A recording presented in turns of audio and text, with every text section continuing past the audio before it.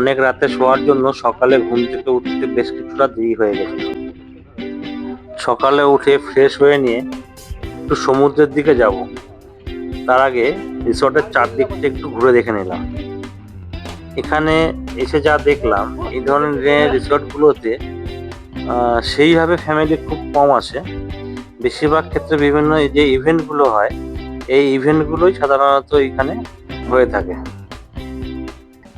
এই রিসর্টে দুটো সুইমিং পুল আছে, একটা বাচ্চাদের একটা বড়দের। সামনের যে সুইমিং পুলটা আছে এটা শুধুমাত্র বাচ্চাদের, এখানে বড়দের নামার কোনো অনুমতি নেই।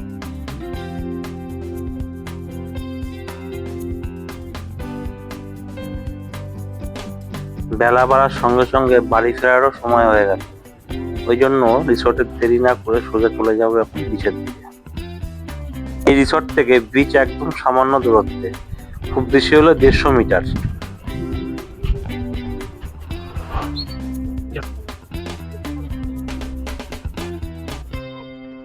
রিসর্ট থেকে বিচের দিকে যেতে গিয়ে যেটা দেখলাম, এখানে রিসর্ট গুলো সবই মোটামুটি খালি। আমি একদম ভিডিওর প্রথমে যেটা বলেছিলাম যে এখানে সাধারণত ইভেন্ট করতে বিভিন্ন পার্টি আসে, এমনি কাস্টমার কম আসে।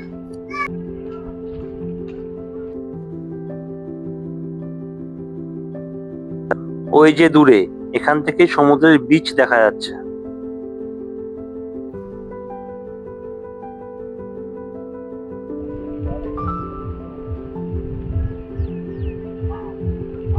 এখানে আসার পর যেটা মনে হচ্ছে, লোক সমাগম কিন্তু সেইভাবে নেই, একদমই ফাঁকা।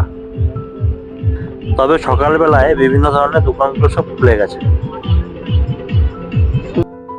সমুদ্রের দিকে কিছুটা এগোতেই দেখলাম এক বৃদ্ধ দম্পতিকে। আর কিছুটা বিস্ময় নিয়েই তাদের দিকে একভাবে দেখছিলাম। যাই হোক, পৌঁছে গেলাম সমুদ্রের ধারে। সমুদ্র তখন বেশ কিছুটা দূরে। দূর থেকে সমুদ্র তখন আস্তে আস্তে সামনের দিকে এগিয়ে আসছে। আর সমুদ্রের গর্জন শুনতে কার না ভালো লাগে।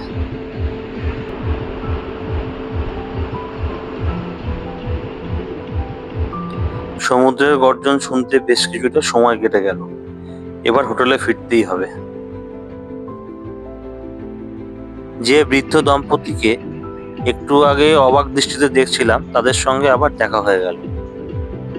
ভদ্রলোকটি ওনার স্ত্রীকে নিয়ে এসেছেন সমুদ্র দেখাবেন বলে।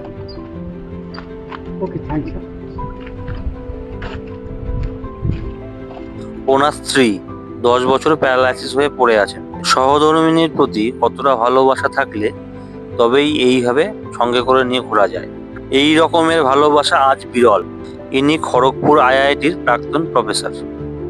ততক্ষণে আমার জন্য সবাই গাড়ির ভিতরে অপেক্ষা করছে, অনেক দেরি হয়ে গেছে।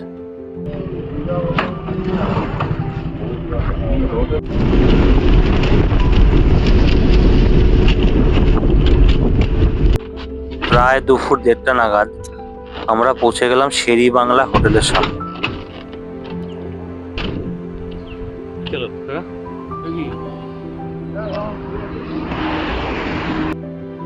এই হোটেলে আমাদের লাঞ্চের ব্যবস্থা করা ছিল।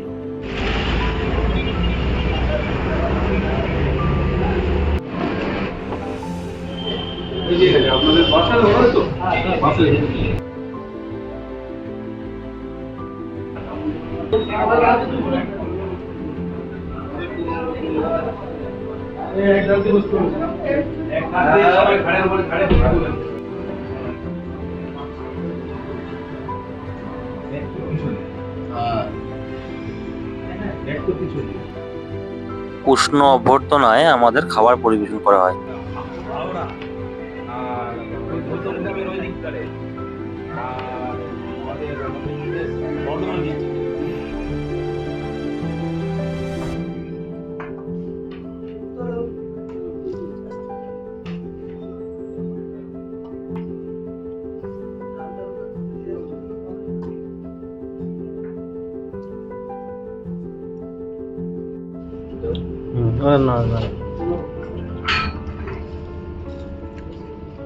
ডালটা তুলবে একটা গামলায় করে।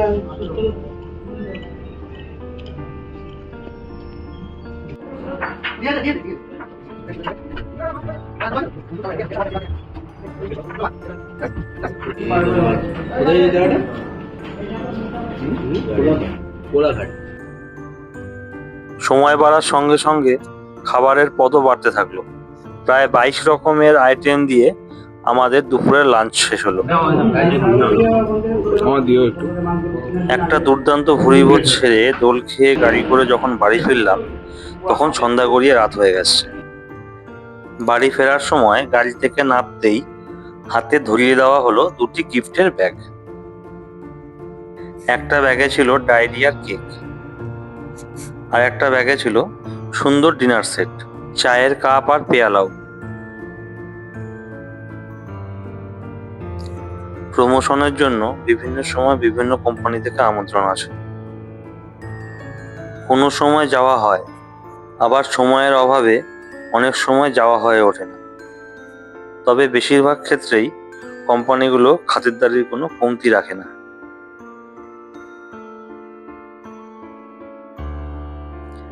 এবারের মতো এই অবধি।